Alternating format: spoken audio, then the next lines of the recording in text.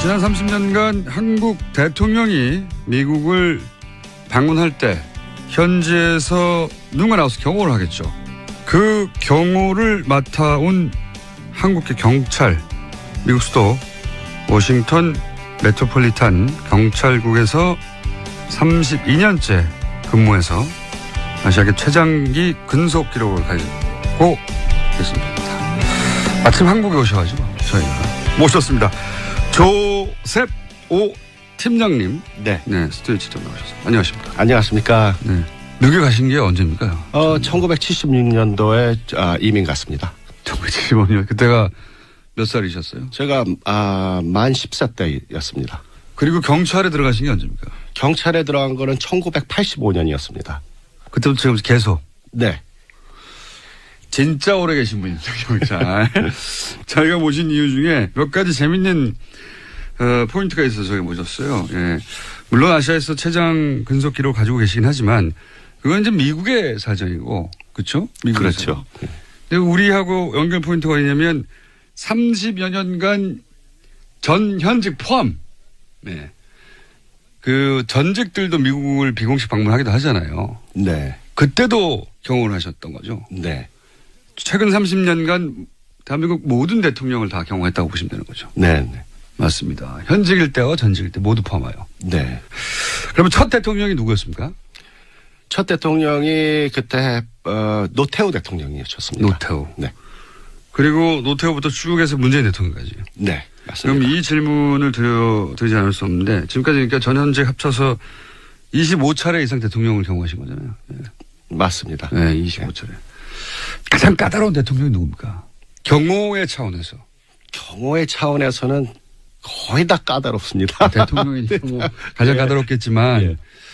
그러면 아찔했던 순간 같은 건 없으셨어요? 제일 아찔했던 순간이 바로 그 우리 요번에 전번 행사 때 문 대통령 오셨을 때 아찔 많이 했습니다. 왜 아찔했나요?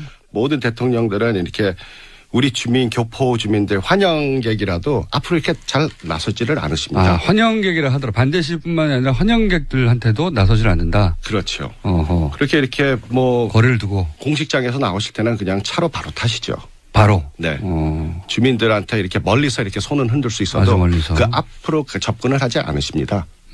그렇지만 이제 제가 경험을 맡아오면서 최초로 대통령께서 그래서 저도 와, 이거는 미국 대통령도 잘 안 하는데, 네. 한국 대통령도 그 클린턴 대통령 스타일이시구나, 이렇게 나와가지고, 직접 교민들한테 가서 악수도 하시고, 네. 아주 그 좋은 이미지를 아주 남기시더라고요. 그래서 제일 난감했던 거는 이제, 이런 일이 처음이라서, 이제 여기, 교포들 보고, 따라다니시더라고요. 이 교포들이 어떻게 너무 한국 분들이 우수하니까는 정보를 다 알고 계세요.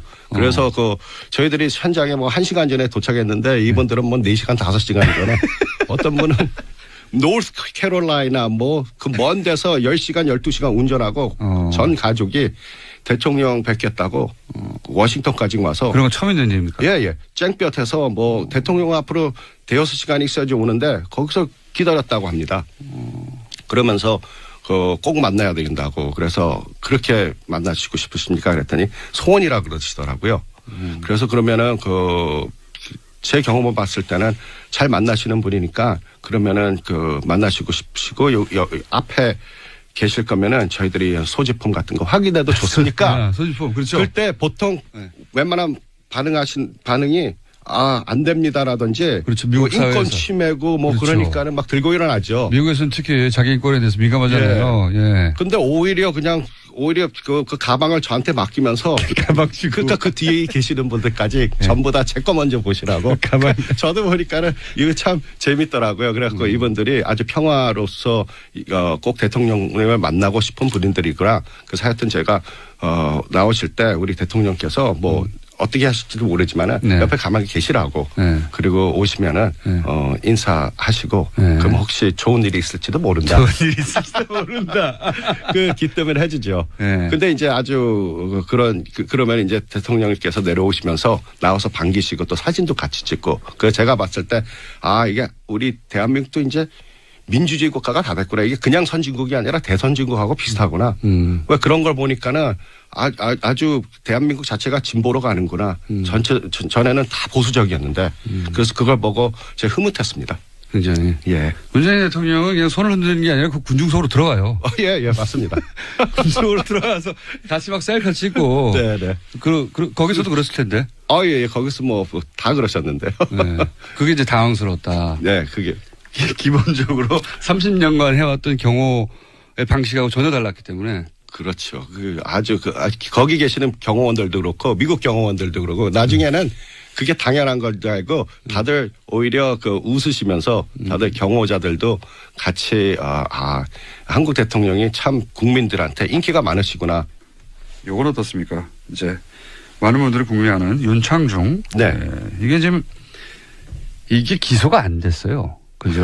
미국에서 기소는 안 됐어요. 근데 이제 좀 이따 그 얘기도 하겠지만 미국에선 경찰이 수사를 하고 기소가 분리돼 있잖아요, 완전히. 예, 서로 협조로서 모든 공권력과 수사권은 경찰이 다 가지고 있습니다. 네. 검경 수사권은 분리되어 있기 때문에 이제 우리나라에서 이제 그거 큰 이슈입니다. 근데 제가 이런 말씀을 드리는 이유는 뭐냐면 미국의 검찰은 기소하지 않았어요. 그렇죠? 네. 그런데 검찰이 기소하지 않았기 때문에 그 윤창중 씨는 바로 기소하지 않았지 않느냐. 내가 소위 아무런 일도 없었다. 난 무죄다라고 주장하면서 최근에 다시 활동을 시작하셨는데 근데 그 시점으로 돌아가서 수사는 하셨을 거 아닙니까? 그리고 기소 의견으로 송치를 한 건지 아니면은 불기소 의견으로 송치했기 때문에 검찰이 기소를 안 한 건지가 전혀 다른 거 아닙니까? 그죠?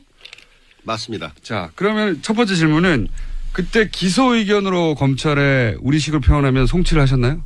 예, 맞습니다. 저희들이 경찰이 수사를 전수사를 저희들이 맡아서 하니까 저희들이 수사를 마치고 이제 영장과 모든 거기에 대한 정보를 이제 검찰에다가 이제 기소하십시오 하고 우리가 넘겨주죠. 아하. 제가 이게 궁금했어요. 우리나라에서는 기소를 하지 않았다까지만 제대로 보도가 됐지 수사를 한 주체가 기소 의견으로 검찰에 송치했느냐 아니냐 궁금했거든요. 그러니까 수사를 한 경찰에서는 기소하라고 했군요. 의견을. 그렇죠. 네. 그렇다는 얘기는 범죄 혐의가 소명되었다 우리식으로 피우면 범죄가 있었다고 보신 거 아닙니까? 경찰 입장에서는 그렇죠. 네, 경찰 입장. 제가 궁금한 건 경찰 입장이에요. 예. 경찰 입장은 당시에 조사해봤는데 뭐 죄 있구만 이렇게 한 거 아니에요? 그렇죠. 네. 그때 당시에 윤창중 씨 그때는 이제 대변인이었죠. 윤창중 전 청와대 대변인의 주장과 피해를 입었다고 주장하는 여성의 주장과 당연히 엇갈렸죠. 그렇죠? 네, 그 당시에 그랬었습니다. 엇갈렸고 네. 하지만 이제 미국 경찰에는 독립적인 수사권이 있기 때문에 뭐 다른 고려할 필요 없이 사건 자체를 수사했을 거 아닙니까, 그죠? 그렇습니다. 있는 그대로. 네. 쭉 조사를 했더니 양쪽의 주장이 엇갈리는데 수사를 해봤더니 말하자면 그 여성 인턴의 주장이 맞다고 결론을 내렸다는 얘기네요. 경찰 입장에서는 그렇습니다. 이 소식이 궁금했습니다.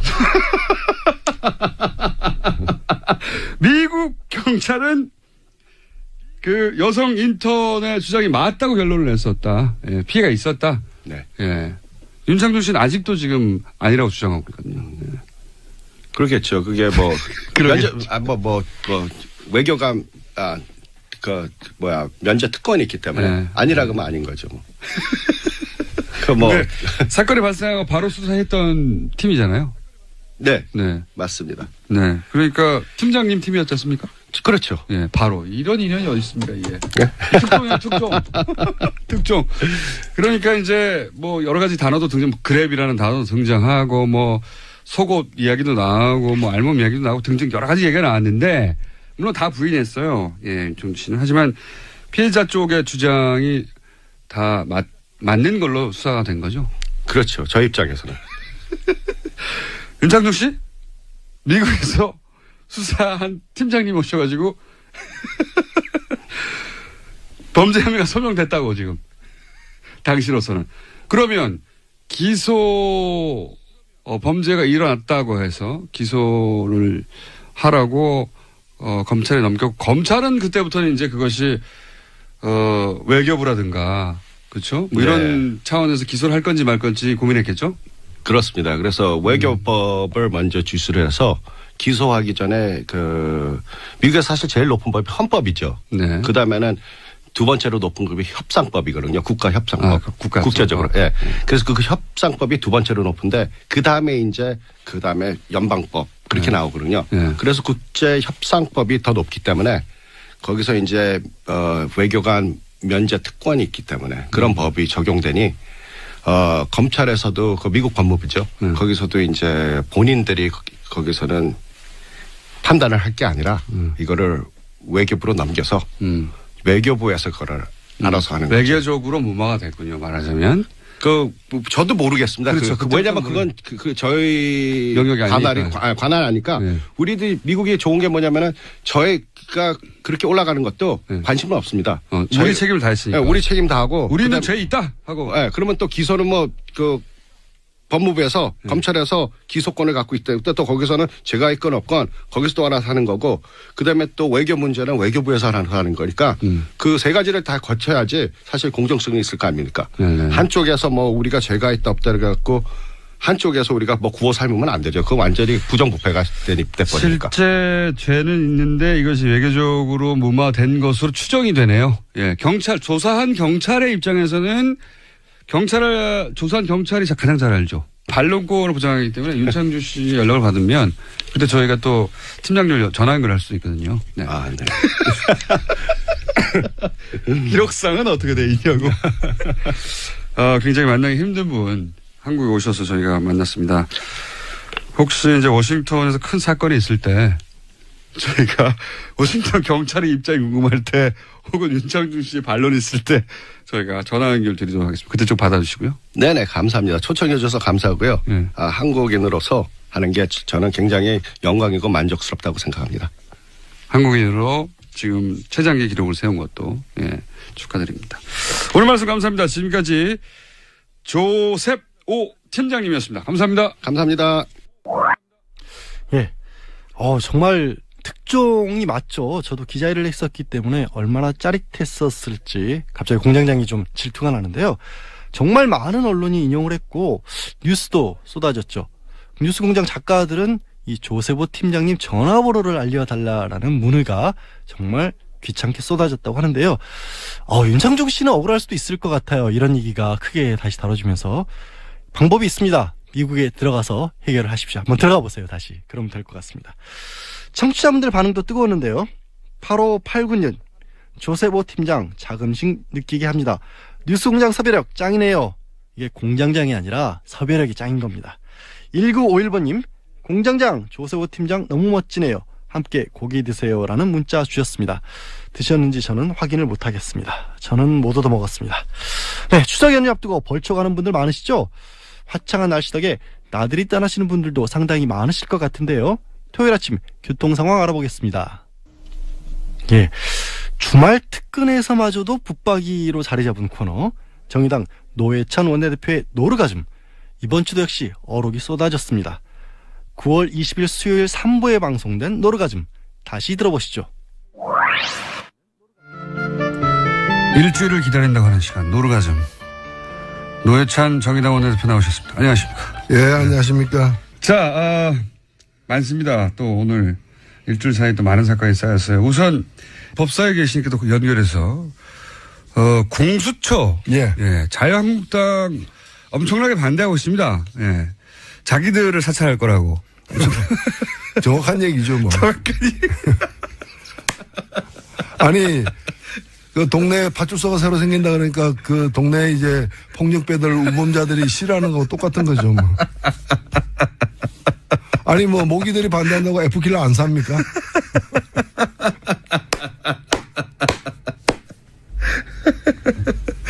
예.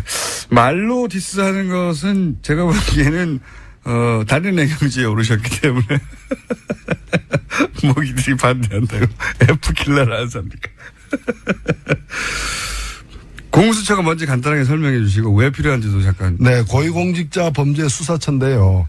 이제까지 고위공직자들에 대한 그 여러 의혹이나 범죄가 발생할 때마다 검찰이 덮거나 또는 이제 이 수사 자체를 그 좀 편향되게 하거나 이 가볍게 솜방망이 처벌하는 이런 일들이 굉장히 많았어요. 많다 보니까 뭐 대안으로서 이거는 검찰에게 맡기지 말자, 특검하자 이런 얘기가 바로바로 나오지 않습니까? 항상 해왔죠. 대표적으로 우리가 겪은 게 이제 이 박근혜 국정농단 사건 같은 경우에도 9월 달에 이제 최순실 등 이름이 거명되기 시작했는데 석 달간이나 묵혀놔가지고 수사 제대로 안 한 바람에 요새 증거인멸 많이 됐죠. 수백만 명의 국민들이 촛불 들고 나올 정도까지 된 거죠. 그래서 그 특검을 갖다가 하는 것도 한계가 있기 때문에 일종의 상설 특검을 제도화하는 게 공수처입니다. 그래서 현재의 일반 검찰과 별도로 고위공직자들만 수사하는 대통령 친인척과 대통령과 그 친인척과 국회의원 장성급 그 장성급 장교들 그다음에 판사 검사 다 포함됩니다. 그러니까 그동안은 유전무죄 아니라 권력이 있으면 유권무죄가 됐던 유권무죄가 됐던 그런 권력층들을 갖다가 별도로 제대로 수사하게 하는. 검사가 비리를 저지르면 검사가 수사해야 되는데 자기들끼리 봐주는 거 아니냐 이런 얘기 많이 나왔지 않습니까? 그렇죠. 제대로 수사한 적도 없죠. 그래서 이거는 국민들의 절대적 지지를 받고 있는 그런 제도예요. 사법부도 대상이고 대통령과 대통령 친인척도 대상이고 소위 이제 고위공직자라고 머릿속에 떠올리는 사람들이 다 대상이 되는 거죠. 지금 재판 받고 있는 사람들 다 해당되는 겁니다. 다 해당되고 있고 국회의원도 당연히 해당이 당연히 되죠. 김관진 최근에 전 국방장관 전 안보실장 이름이 자꾸 거론됩니다. 저 초계기부터 헬기 퇴역 직전 초계기나 이미 퇴역한 그리고 이제 사이버 사령부 사인도 있다. 대통령 그러니까 사이버 사령부가 댓글 공작하는 것을 알고 있었다는 얘기도 나오고 사드 기습배치에도 지금 주요한 책임이 있는 것으로 지금 추정이 되고 있고 요 일련의 사태에 대해서는 할 말 없으십니까? 국방비리 네, 그 부분은 특히나 이제 그 사이버 사령부의 어떤 그런 탈법적인 불법적인 사찰 행위에 그게 이제 물론 이제 명분은 자기들이 만든 것 같아요. 그게 이제 대통령 그 최고 존엄을 갖다가 보위하기 위해서 군의 어떤 군이 국가안보 차원에서 그 군 병력을 동원해 가지고 이제 사찰을 하도록 하는데 사인을 했다는 거 아닙니까? 근데 이 행위 자체는 아무리 그런 식으로 위장한다 하더라도 탈법이고 불법적인 행위가 분명하기 때문에 그 지휘 책임 그걸 반드시 물어야 된다고 생각됩니다. 국방비리 부분은 어떻게 생각합니까? 그 부분은 지금 이제 여러 의혹들이 제기되고 있습니다. 이 부분은 방산비리 차원에서 우리 국민들이 가장 이제 좀 분노하는 게 이 대목이거든요. 늘 안보 얘기하면서 안보 가지고 사실은 뒷돈 빼먹는 어떤 그런 불법적 거래를 했다는 거 아닙니까? 그래서 오히려 안보를 망가뜨린 당사자들이 그 사람들인 것이. 그래서 이 부분은 좀 철저한 수사가 필요하다 봅니다. 최근에 블랙리스트 막 털이 나오지 않습니까? 그리고 피해자들 이름이 구체적으로 특정됐고 그래서 그 대상들이 이제 이명박 전 대통령을 고소고발의 대상을 삼고 있어요. 이명박 전 대통령 쪽에서는 이게 정치적 보복이라고 하고 있고. 블랙리스트가 정치적 보복이죠. 정치적 보복을 수사하는 걸 정치적 보복이라고 하면 안 되죠. 맞습니다. 이명박 전 대통령이 이거 가지고 이게 이제 법률가들이 전망할 수 없는 부분인데 사실은 법적으로만 진행될 것 같진 않으니까. 박원순 제안문건. 제안문건. 그 경우 보면은 박원순 시장도 그렇게 얘기했습니다만은 이게 그냥 일개 국정원장이 그냥 자기가 판단해가지고 자기가 알아서 그런 어떤 국정원의 활동을 갖다가 그 특정 정치인을 갖다가 이렇게 완전히 망가뜨리는 방향으로 몰고 가기 힘들거든요. 이거는 어찌 보면은 지시를 했을 가능성이 크고 지시가 없다 하더라도 당연히 이걸 자랑 삼아서 보고했을 가능성은 더 크다고 보여지기 때문에 물론 아직까지 그 구체적 물증이 나온 건 아닙니다. 그래서 이거는 수사를 더 해봐야 된다고 생각합니다. 그래서 이명박 전 대통령이 소환될 가능성이 있다고 보십니까? 저는 소환되어야 한다고 보고요. 되어야 한다. 제대로 수사를 하려면은 일단 출국 금지부터 시키고 소환해야죠. 대통령은 홀로 가지 않는다. 홀로 가지 않는다. 한국 정치의 이게 징크스 같은 건데 그전에도 한 명이 구속되고 또 한 명이 구속됐잖아요. 전두환 노태우. 홀로 가지 않는다. 아, 이게 박근혜 전 대통령이 구속됐기 때문에 홀로 가지, 바로 그 전임자 다 물려준, 유산을 물려준, 국정원 유산을 물려준, 그 전임도 간다. 이렇게 말씀하신 거고. 전술핵 재배치를 자유한국당이 주장하면서 미국 갔다 온 건 어떻게 보십니까? 미국에서는 안 된다고 이제 당연히 했다고 하는데. 참 유례 없이 핵 구걸단이 이제 방매한 거죠. 한 핵 주십시오. 뭐 이렇게 한 핵 주십시오. 정말 작년에 왔던 각설이들이에요. 이게 때가 되면 나타나가지고 전술핵 배치하자. 안 되면 핵무장하자. 이게 지금 핵무장하는 방법이 있어요. 미국이 절대로 허용하지 않을 거니까 일단은 한미동맹을 파괴해야 됩니다. 그렇겠죠. 예. 파괴해야 되고 그리고 핵무장하려면 차라리 북한에다가 한핵 팔아라. 한핵 구걸단. 그리고 이게 핵으로서 핵을 막을 수 있는 게 사실 아니거든요. 네. 예를 들면 우리가 우리 청취자 여러분들도 집에 권총 있으면 밤에 안심됩니까? 오히려 집에 권총 있으면 밤에 더 불안할 거예요. 권총이 있어 본 적이 없어가지고. 그러니까 예를 들면 권총 광도가 나타났다고 해가지고 집집마다 권총을 갖고 있으면 어떻게 됩니까? 옆집이 권총을 들고 우리 집으로 쳐들어오지 않을까 생각도 되겠죠. 지금 우리가 핵을 갖게 되면은 북한 핵 보유하려고 하는 걸 지금 개발하는 걸 묵인할 수밖에 그게 없는 거고. 인정할 수밖에 없는 거고. 그다음에 일본 핵무장하는 것도 우리가 반대할 수가 없는 거고. 대만도 되고. 그렇게 되면은 안 그래도 우리가 세계 최고의 원자력 발전소 밀집 지역인데 핵무기 밀집 지역. 전 세계적인 핵무기 밀집 지역. 골목마다 핵이 있는 핵 사이를 누비면서 살아가야 되는 그 위험천만한 상황이죠. 그러니까 전 세계 특히 동아시아 핵무장의 이제 중심이 되겠죠. 그런 요인을 제공한. 그리고 실제로 이제 뭐 군사적인 측면에서도 동해에서 쏘나 강원도 땅에서 쏘나 뭐가 차이가 있느냐 이런 얘기도 많고요. 있어 봐도 결국 버튼을 우리가 누릴 수도 없는데 무슨 차이가 있냐는 얘기도 있고. 그러니까 예를 들면 전술핵 전술 핵무기를 갖다가 탑재한 비행기가 오산 비행장에 있다. 거기서 떠서 가는 거나 떨어뜨린다는 거는 괌에서 출발하는 거는 시간차가 거의 안 나고요. 괌이 더 빠르다는 얘기도 있습니다. 오산에 그 핵무기가 있으면은 그 핵무기를 선제 공격으로 폭파하려는 그 표적이 되는 거죠. 그렇겠죠. 그러니까 대한민국 내에 표적을 더 많이 만들자는 뜻밖에 더 됩니까? 그러니까 버튼도 없이 그래서 핵 구걸단 한 핵 주십시오. 빵 터지는. 자. 마지막 질문인데요. 최근에 이런 기사가 떠서 제가 여쭤보려고 합니다.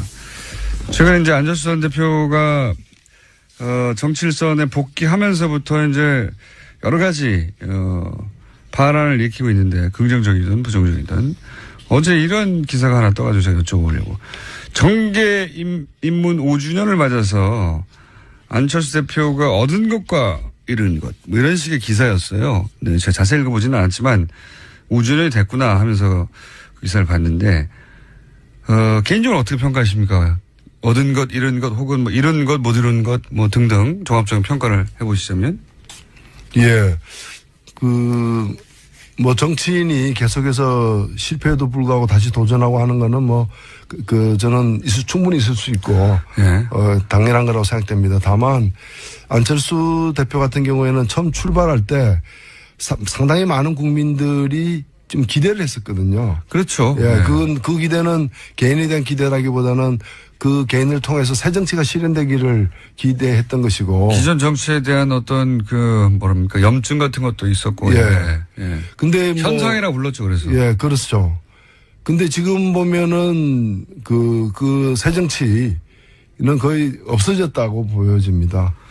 안철수 대표에게 새 정치를 기대하는 그런 현상도 없어졌고요. 오히려 정치를 하면서 이렇게 여러 가지 정치의 또 안 좋은 새 정치로 씻어내려고 했던 그런 정치의 얼룩들을 오히려 더 많이 갖게 된 거 아니냐. 현상이 정상으로 바뀐. 현상이 정상으로 바뀐. 홀대론에 대해서 어떻게 생각하십니까? 요즘 물론 본인은 홀대라고 표현하지는 않지만 호남에도 이제 홀대론을 얘기하고 있고. 아니 그분 얘기를 영남에서도 홀대를 그렇죠. 얘기하고 있고요. 얘기를 종합하면은 대한민국이 홀대를 받고 있다는 건데. 그게 예, 전국 홀대론이죠. 예, 그래서 그거는 좀 제가 볼 때는 이미 다 지나간 새정치란 게 뭡니까? 사실은 지역 편파적인 어떤 지역 감정에 기반해 가지고 그걸 정치적으로 악용한 그런 구태의연한 정치를 갖다가 벗어나자는 거 아닙니까?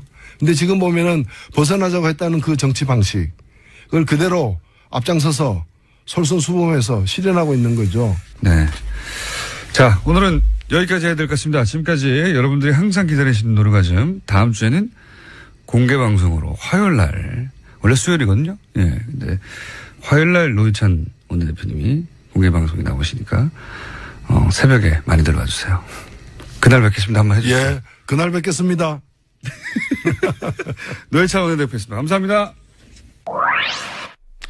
모기들이 반대한다고 에프킬러 안 사냐? 원고로 읽어도 웃깁니다. 다시 정말 진짜 어록의 전당에 기록될 만한 비유인데요. 사실 에프킬러와 모기가 한 번 전에도 등장했었어요. 지난 6월에 문재인 대통령이 국회를 가셨을 때 이제 자유한국당 의원들이 문재인 대통령을 발견하고 마치 에프킬러 발견한 모기처럼 달아났더라라는 그런 말씀을 하셨었는데 노회찬 원내대표님 혹시 모기 퇴치와 광고 모델 노리시는 건지 모르겠습니다. 예. 2999번님. 애드립을 연구하는 보좌관이 따로 있다는데 사실입니까? 라는 문자를 주셨는데요. 또 친절한 뉴스공장 작가들이 확인을 해본 결과 절대 비서들이 준비하는 건 아니랍니다. 이건 제가 알고 있는데요. 노회찬 원내대표께서 사실 스마트폰으로 관심 있는 주제별로 목록을 만들어서 그 관련 기사들을 스크랩하면서 항상 모니터링을 하신다고 합니다. 철저한 준비 하에 나오는 애드립인데요. 과연 일상생활 속에서도 이런 비유를 쓰실지 저는 그게 궁금합니다. 예, 김원준 뉴스공장의 전통적인 인기 코너 내부자 둘 오랜만에 주말 특근에서 만나보시겠습니다. 9월 20일 목요일 2부에 방송된 내부자 둘의 하이라이트. 지난 30년간 한국 대통령이 미국을 방문할 때 현지에서 누군가 나와서 경호를 하겠죠. 그 경호를 맡아온 한국의 경찰, 미국 수도 워싱턴 메트로폴리탄 경찰국에서 32년째 근무해서 아시아계 최장기 근속 기록을 가지고 있습니다. 마침 한국에 오셔가지고 저희가 모셨습니다. 조셉 오 팀장님. 네. 네, 스튜디오에 직접 나오셨습니다. 안녕하십니까. 안녕하십니까. 네. 미국에 가신 게 언제입니까? 1976년도에 이민 갔습니다. 1975년. 그때가 몇 살이셨어요? 제가 만 10세 때였습니다. 그리고 경찰에 들어가신 게 언제입니까? 경찰에 들어간 거는 1985년이었습니다. 그때부터 지금 계속? 네. 진짜 오래 계신 분이죠, 경찰. 저희가 모신 이유 중에 몇 가지 재밌는 포인트가 있어서 저희가 모셨어요. 예. 물론 아시아에서 최장 근속 기록을 가지고 계시긴 하지만 그건 이제 미국의 사정이고, 그렇죠? 그렇죠.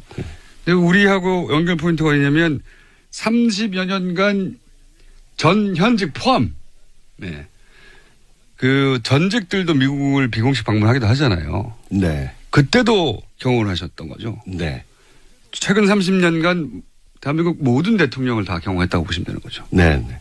맞습니다. 현직일 때와 전직일 때 모두 포함하여. 네. 그러면 첫 대통령이 누구였습니까?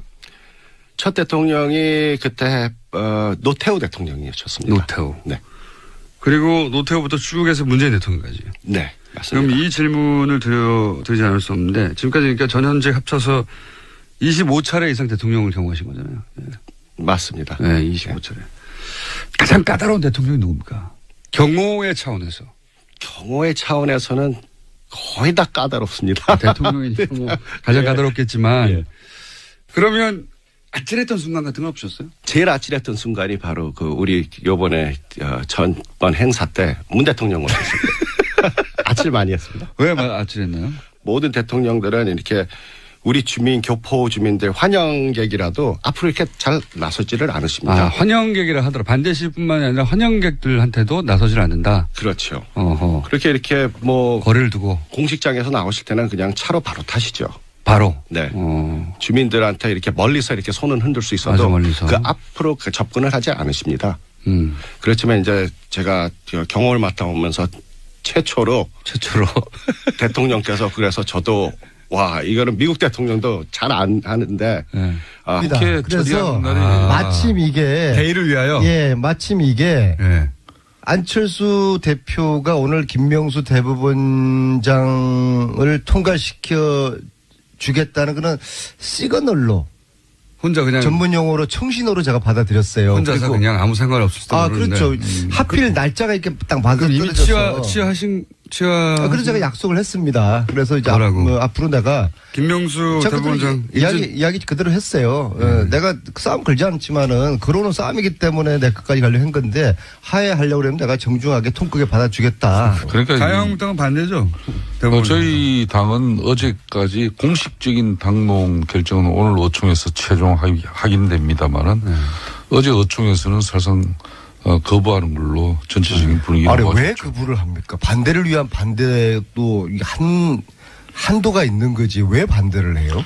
뭐 잘 아시지 않습니까? 극단적인 이런 편향성이나 이번 청문회 과정에서 이런 거짓 답변의 비정직성 그리고 평소 보여온 행동과 그런 정반대의 의견을 보여왔던 비일관성 이런 내용만 보더라도 대법원장으로서의 적격 여부는 뭐 의원들이 많은 판단을 할 수 있었던 것이죠. 어제 오직하면은 인사청문위원회에서 이걸 비밀 무기명 투표를 했어요. 위원들이. 그랬더니 적격, 비적격이, 부적격이 같이 나왔어요. 그렇지만은 이제 위원회 청문 보고서는 채택은 됐습니다. 이제 결론은 오늘 국회 본회의에서 임명 동의안이 가결될 것이냐 부결될 것이냐 뭐 이런 판단만 남은 것이고 대통령이 대법관 뭐 이렇게 임명 뭐 권한을 가지듯이 국회는 국회대로 또 국민의 대표로서 이 사람에 대한 판단을 또 우리가 할 수 있는 그런 권한을 가지고 있는 지금 것이죠. 말씀하셨듯이 반대의 논리나 근거가 상당히 부족해요. 그러니까 자유한국당이나 바른정당에서는 이게 이제 반대를 위한 반대를 하고 있기 때문에 아무리 설득을 하고 통과시켜달라고 하더라도 이게 생각이 변하지 않을 겁니다. 그러나 단 제가 기대를 거는 것은 국민의당인데요. 국민의당은 지금 이 후보께서 어느 분보다도 사법정의라든지 인권 존중에 대한 가치를 아주 강하게 가지고 계신 그런 분이시거든요. 그래서 이 분을 국민당 의원들이 국민당은 그래도 자유한국당이나 바른정당하고는 좀 격이 틀리고 이 결이 틀리지 않습니까? 그래서 국민당에서 이분을 통과시켜줄 거라고 보고요. 자유한국당은 포기하고요? 예, 저는 뭐 기대하지 않아요. 어차피 그쪽에서 그 동네에서는 반대를 위한 반대를 뭐 줄기차게 하고 있으니까요. 안민석 의원께서 지난번에는 바른정당은 그래도 건강한 보수의 가치를 창출해내고 지키려는 아주 좋은 정당이라고 이렇게 칭찬할 때는 또 언제시고. 보니까 거기도 안 되겠어요. 제가 이제 이 김명수 대법관에 대한 이번 인사청문회 과정에서 드러난 몇 가지 문제점을 그런 말씀을 드리겠습니다. 뭐 잘 아시다시피 첫째는 이 후보자가 지난번 뭐 청문은 헌재 소장 당시도 이렇게 나왔으면 사법적인 어떤 가치 또 어떤 이 균형성이라는 것은 정말 마지막 최후 보루가 거긴데 이 편향성을 갖다 극복하지 못하는 후보라 그러면은 다 불행해지는 거예요. 국민도 불행해지고 국가도 불행해질 수 있습니다. 그렇기 때문에 이 대법관 자리는 심지어 헌재 재판관까지도 3명이나 이렇게 추천할 수 있는 자리예요. 중요한 것은 이분께서 아니 균형을 편향으로 지금 오해 잘못 표현하신 거 아니에요? 이분께서 국제인권법 연구회 초대 회장 재임 기간 동안에 개최한 학술 대회는 총 2차례 열렸습니다. 그런데 대한민국에 얼마나 이 학술 연구회가 이렇게 법조인이 특히 국제인권법 연구회 초대 회장으로서 이 얼마나 주제가 많겠습니까? 유독 이분께서 동성애, 동성혼 옹호에 집중됐었어요. 그 중 하나가 이제 이 차별금지법 제정이었는데 이게 이제 동성애 옹호를 이제 주장했다는 거 아닙니까? 그렇기 때문에 지금 우리 안민석 의원께서도 교인이시지만은 지금 얼마나 이 동성혼에 대한 부정적인 국민적 여론이 형성되어 있습니까? 이런 부분도 한번 살펴봐셔야 된다고. 잠시만, 이게 중요한 부분이기 때문에 이 부분에 대해서 반론을 해야 되겠어요. 네, 하십시오. 내가 후보께서 말씀하신 것은 저 이야기를 그러면 어느 발언에서도 동성애를 지지한다는 발언을 한 적이 없어요. 하지 않은 이야기를 자꾸 했다고 그렇게 덧붙이는 건데요. 차별금지법을 그렇게 연결한 거죠. 네, 지금. 그리고 네. 그분이 말씀하신 거는 차별금지법의 핵심이 동성애 성소수자에게도 인권을 존중을 해줘야 된다. 그것은 당연히 법률가로서 판사로서 그것은 당연히 기본적으로 소수자에 대한 인권을 이야기하는 것은 뭐 당연한 거 아니겠습니까? 근데 그 이야기를 갖다가 저 동성애를 옹호했다라고 이야기를 아무리 소수자에 대한 인권도 좋지만은 이게 사실과 다른 안민석 주장으로 의원님. 국민들을 현혹시키는 거예요. 안민석 그렇게 하면 안 돼요. 사실을 가지고 판단을 하셔야 되는 것이죠. 사회적 약자에 대한 차별의 소수 입장이 존중되는 그런 차별금지법은 어느 대한민국 정치인 국민이 반대하겠습니까? 그렇지만은 유독 이 동성혼 문제는 동성애자는 국민이 아닙니까 그럼? 국민이죠. 인사청문회에서도 이야기했지만은 잘 될 수도 있죠. 김명수 후보자가 줄기차게 주장해 오신 게 분권에 대한 강조를 많이 하셨어요. 분권에 대한 가치는 뭐냐? 두 분이 계속 나가서 이제 대법원장이 인사권을 축소하겠다는 겁니다. 안민석 의원님. 부장판사 승진제 폐지를 주장을 해왔거든요. 이런 분권론자에 대해서 그렇게 폄하하시고 반대를 위한 반대를 하시고. 그런데 제가 마지막으로 한 말씀만 드리겠습니다. 인사청문회 이번에 과정에서 김명수 후보께서 사법행정에 대한 차별적인 계획 방안도 지금 제시하지 못했어요. 그런데 어떻게 사법적인 제도 계획을 할 수 있습니까? 예? 청문회 때 그런 걸 물어본 적도 없는데. 왜 물어봤죠? 자, 저도 한마디만 보태겠습니다. 제가 이 이분을 높이 평가하는 이유는 이런 말씀을 하십니다. 법률가들은 법률 지식 이전에 인간의 존엄성이나 인권에 관해 충분히 이해를 해야 된다. 이게 얼마나 훌륭한 법률가입니까? 자, 이제 안민석 의원님 이번 청문회에서 차라리 자신이 갖고 있는 동성애 이런 옹호 가치관을 분명히 밝혔어야 돼요. 그리고 당당하게 옹호하지 않은 동성애를 동성애자, 이 동성혼자 이런 소수 인권도 존중한다는 거예요. 이게 프레임이죠, 프레임. 저도 한 가지 끼어들면 어쨌든 동성애 자체에 대한 가치 판단을 한 게 아니고 그건 개인의 성적 지향이니까 그건 법적 판단의 대상도 아닌 것이고 동성애자도 국민인데 국민으로서 차별받으면 안 되니까 차별금지에 대한 이야기를 한 거 아니냐. 자, 이렇게 정리하고 넘어갈게요. 역시 기울어진 운동장입니다. 이게 특수학교는 잘 이제 추진되고 있는 거죠. 이게 더 사회적 어떤 차별받고 소수자에 대한 우리 정치인들의 배려, 블랙리스트죠, 블랙리스트. 그런 것들이 안민석 의원께서 이 문제 나도 말 좀 해요. 블랙리스트 이제 좀 정신 좀 차리세요. 기득권자 있는 사람, 힘 있고 빽 있는 자들을 위한 정치하지 말고 블랙리스트. 힘 없고 억울하고 소수자들에 대한 배려를 하세요. 그래야 보수가 살 길이 있는 거예요. 안민석 의원님이야말로 이러지 않았던 분인데 문재인 대통령과 미국 순방길 대통령 전용 비행기 한번 타고 사람 달라졌다는 거 알아야 돼요. 그게 그렇게 배가 아파요? 예? 제가 전용 비행기 한번 배가 안 아파요. 예? 그리고 제가 여당의 중진 의원이 됐잖아요. 제가 중진 의원이 야당 때하고는 이제 달라져야죠. 여당 달라진 제 모습이 그렇게 안 있고 여당 중진 실세 의원으로서 그런 말이야 좀 정직성이라든지 균형성이라든지 또 의원에 대한 배려가 있어야 아니라 허세입니다. 허세. 저는 허세. 안민석 의원님 블랙리스트에 대한 이야기 하려고 해야 되는 3분밖에 안 남았어요. 블랙리스트 요거 한마디만 해주시면 친이계였으니까 잘 아시겠네 김일태 의원님. 지금 이명박 MB하고 원세훈이하고 서로 짜웅해가지고 한 거 아닙니까? 솔직히 말씀해 보세요. 나도 박근혜 대통령 때 공천 배제 인사로 이렇게 흔히 말하는 수첩에 적힌 사람 중에 한 사람입니다. 그러니까 이거 MB가 시킨 거 맞죠?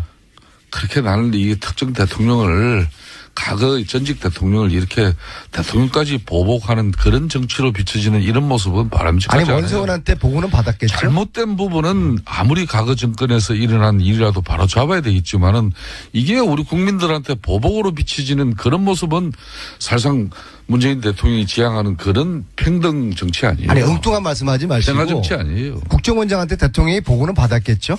그걸 내가 어떻게 알아요?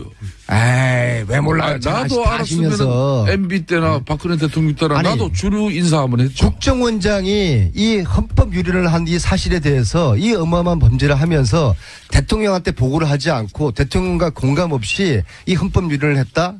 이게 말이 됩니까? 솔직하게 말씀해 보세요. 안민석님, 박은순 시장이 MB가 노무현 대통령이 한 것이 진짜 보복이라고 이렇게 말한 것처럼 지금 현재 민주당과 지금 정권에서는 아무리 정치 보복이 아니라고 해도 노 전 대통령 죽음에 대한 보복 심리가 기저에 깔려 있는 건 사실 아닙니까?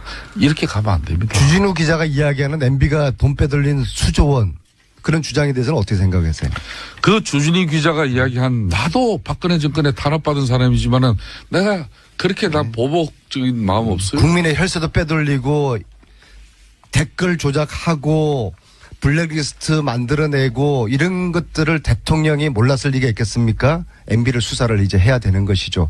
법 앞에 만인은 평등한 겁니다. 김성태 의원님이나 저나 MB나 어느 누구나 좋습니다. 만인이 평등한 겁니다. 좋습니다. 법안에 국민들의 의혹을 밝히기 위해서 MB가 스스로 검찰에 조사를 받겠다 그 이야기를 해야지. 그런데 전직 대통령으로서 당당한 모습을 보여주는 거예요. 의원님, 내가 한마디 부탁 좀 분명히 드립시다. MB가 시켰거나 아니면은 MB가 보고 받았죠. 실세 사선의원이니까 내가 한번 좀 이렇게 첨언을 해드리면은 절대 당의 주류들이나 실세들이 나서고 또 박은순 시장이나 이런 누가 봐도 이 정권의 핵심적인 지방 강력 단체장들이 내가 이렇게 불이익받다 그렇기 때문에 MB 수사해달라 그러면은 아무리 정말 MB가 이 잘못된 사람이라 하더라도 그 균형성이 잘못된 거 지금 그러니까 인정하셨네요. 국민 여론이나 앞으로 잘못된 게 있으면 검찰 수사를 통해서 피해자 밝혀졌지 않습니까? 문성근 김미아 피해자 밝혀졌잖아요. 가해자가 있을 거 아닙니까? 그 가해자는 원세훈, MB 이 사람들 아닐 겁니까? 그러면 검찰에서 엄정하게 수사를 해야죠. 법 앞에 만인은 평등해야 되는 겁니다. 그러니까 국정은 적폐 청산. 우리도 잘못하면은 감옥 갈 생각하자고요. 그렇습니다. 모른다. 그 기뜸을 해주죠. 네. 근데 이제 아주 그러면 이제 대통령께서 내려오시면서 나와서 반기시고 또 사진도 같이 찍고 그 제가 봤을 때 이게 우리 대한민국도 이제 민주주의 국가가 다 됐구나. 이게 그냥 선진국이 아니라 대선진국하고 비슷하구나. 왜 그런 걸 보니까는 아주 대한민국 자체가 진보로 가는구나. 전에는 다 보수적이었는데 그래서 그걸 보고 제가 흐뭇했습니다. 굉장히. 예. 문재인 대통령은 그냥 손을 흔드는 게 아니라 그 군중석으로 들어가요. 예, 맞습니다. 군중석으로 들어가서 같이 막 셀카 찍고. 네네. 거기서도 그랬을 텐데. 예. 거기서 뭐 다 그러셨는데요. 네. 그게 이제 당황스러웠다. 네, 그게. 기본적으로 30년간 해왔던 경호의 방식하고 전혀 달랐기 때문에. 그렇죠. 거기 계시는 경호원들도 그렇고 미국 경호원들도 그렇고 나중에는 그게 당연한 걸 알고 다들 오히려 웃으시면서 다들 경호자들도 같이 한국 대통령이 참 국민들한테 인기가 많으시구나. 요건 어떻습니까? 이제 많은 분들이 궁금해하는 윤창중. 네. 이게 지금 이게 기소가 안 됐어요. 그죠? 미국에서 기소는 안 됐어요. 근데 이제 좀 이따 그 얘기도 하겠지만 미국에선 경찰이 수사를 하고 기소가 분리돼 있잖아요, 완전히. 예, 서로 협조로서 모든 공권력과 수사권은 경찰이 다 가지고 있습니다. 네. 검경 수사권은 분리돼 있기 때문에 이제 우리나라에서 이제 그거 큰 이슈입니다. 근데 제가 이런 말씀을 드리는 이유는 뭐냐면 자, 이제 여기 교포들 보고 따라다니시더라고요. 이 교포들이 어떻게 너무 한국 분들이 우수하니까는 정보를 다 알고 계세요. 그래서 저희들이 현장에 뭐 1시간 전에 도착했는데 이분들은 뭐 4시간 5시간 전에 어떤 분은 노스 캐롤라이나 그 먼 데서 10시간 12시간 운전하고 전 가족이 대통령 뵙겠다고 워싱턴까지 와서. 그런 거 처음 있는 일입니까? 예. 쨍볕에서 대통령 앞으로 대여섯 시간이 있어야지 오는데 거기서 기다렸다고 합니다. 그러면서 꼭 만나야 된다고. 그래서 그렇게 만나시고 싶으십니까? 그랬더니 소원이라 그러시더라고요. 그래서 그러면은 제 경험을 봤을 때는 잘 만나시는 분이니까 그러면은 만나시고 싶으시고 앞에 계실 거면은 저희들이 소지품 같은 거 확인해도 좋으니까. 소지품 그렇죠. 그때 보통 웬만한 반응이 안 됩니다라든지. 그렇죠. 미국 인권 사회에서. 침해고 뭐 그렇죠. 그러니까는 막 들고 일어나죠. 미국에서는 특히 자기 인권에 대해서 민감하잖아요. 예. 근데 오히려 그 가방을 저한테 맡기면서 그러니까 그 뒤에 계시는 분들까지 전부 다 제 거 먼저 보시라고. 저도 보니까는 이거 참 재밌더라고요. 그래갖고 이분들이 아주 평화로서 꼭 대통령을 만나고 싶은 분들이구나. 그래서 하여튼 제가 나오실 때 우리 대통령께서 뭐 어떻게 하실지도 모르지만은 옆에 가만히 계시라고. 그리고 오시면은 인사하시고 그럼 혹시 좋은 일이 있을지도 모른다. 그러면 첫 대통령이 누구였습니까? 첫 대통령이 그때 노태우 대통령이셨습니다. 노태우. 네. 그리고 노태우부터 쭉 해서 문재인 대통령까지. 네, 맞습니다. 그럼 이 질문을 드리지 않을 수 없는데 지금까지 그러니까 전현직 합쳐서 25차례 이상 대통령을 경험하신 거잖아요. 네. 맞습니다. 네, 25차례. 가장 까다로운 대통령이 누굽니까?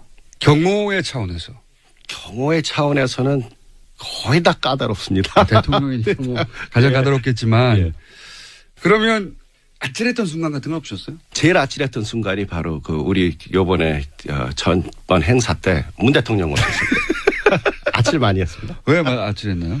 모든 대통령들은 이렇게 우리 주민, 교포 주민들 환영객이라도 앞으로 이렇게 잘 나서지를 않으십니다. 환영객이라 하더라. 반대실뿐만 아니라 환영객들한테도 나서질 않는다. 그렇죠. 어허. 그렇게 이렇게 뭐 거리를 두고 공식장에서 나오실 때는 그냥 차로 바로 타시죠. 바로. 네. 주민들한테 이렇게 멀리서 이렇게 손은 흔들 수 있어도 멀리서. 그 앞으로 접근을 하지 않으십니다. 그렇지만 이제 제가 경호를 맡아오면서 최초로 대통령께서 그래서 저도 와 이거는 미국 대통령도 잘 안 하는데 한국 대통령도 그 클린턴 대통령 스타일이시구나 이렇게 나와가지고 직접 교민들한테 가서 악수도 하시고 아주 좋은 이미지를 아주 남기시더라고요. 그래서 제일 난감했던 거는 이제 이런 일이 처음이라서. 지난 30년간 한국 대통령이 미국을 방문할 때 현지에서 누군가 나와서 경호를 하겠죠. 그 경호를 맡아온 한국의 경찰, 미국 수도 워싱턴 메트로폴리탄 경찰국에서 32년째 근무해서 아시아계 최장기 근속 기록을 가지고 계십니다. 마침 한국에 오셔가지고 저희가 모셨습니다. 조셉 오 팀장님. 네. 스튜디오 직접 나오셨습니다. 안녕하십니까. 안녕하십니까. 네. 미국에 가신 게 언제입니까? 1976년도에 이민 갔습니다. 1975년. 그때가 몇 살이셨어요? 제가 만 10세 때였습니다. 그리고 경찰에 들어가신 게 언제입니까? 경찰에 들어간 거는 1985년이었습니다. 그때부터 지금 계속? 네. 진짜 오래 계신 분이죠, 경찰. 저희가 모신 이유 중에 몇 가지 재밌는 포인트가 있어서 저희 모셨어요. 예.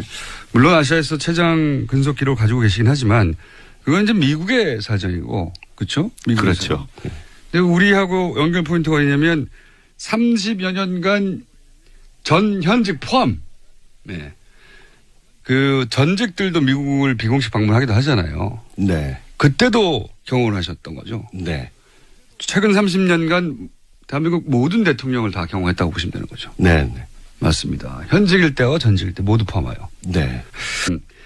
미국의 검찰은 기소하지 않았어요. 그렇죠? 네. 그런데 검찰이 기소하지 않았기 때문에 그 윤창중 씨는 바로 기소하지 않았지 않느냐. 내가 그 소위 아무런 일도 없었다. 난 무죄다라고 주장하면서 최근에 다시 활동을 시작하셨는데 근데 그 시점으로 돌아가서 수사는 하셨을 거 아닙니까? 그리고 기소 의견으로 송치를 한 건지 아니면은 불기소 의견으로 송치했기 때문에 검찰이 기소를 안 한 건지가 전혀 다른 거 아닙니까? 그죠? 맞습니다. 자, 그러면 첫 번째 질문은 그때 기소 의견으로 검찰에 우리식으로 표현하면 송치를 하셨나요? 예, 맞습니다. 저희들이 뭐 경찰이 수사를 전수사를 저희들이 맡아서 하니까 저희들이 수사를 마치고 이제 영장과 모든 거기에 대한 정보를 이제 검찰에다가 이제 기소하십시오 하고 우리가 넘겨주죠. 아하. 제가 이게 궁금했어요. 우리나라에서는 기소를 하지 않았다까지만 제대로 보도가 됐지 수사를 한 주체가 네. 기소 의견으로 검찰에 송치했느냐 아니냐 궁금했거든요. 그러니까 수사를 한 경찰에서는 기소하라고 했군요. 의견을. 그렇죠. 네. 그렇다는 얘기는 범죄 혐의가 소명되었다. 우리 식으로 피우면 범죄가 있었다고 보신 거 아닙니까? 경찰 입장에서는 그렇죠. 네, 경찰 입장. 제가 궁금한 건 경찰 입장이에요. 아, 예, 예. 경찰 입장은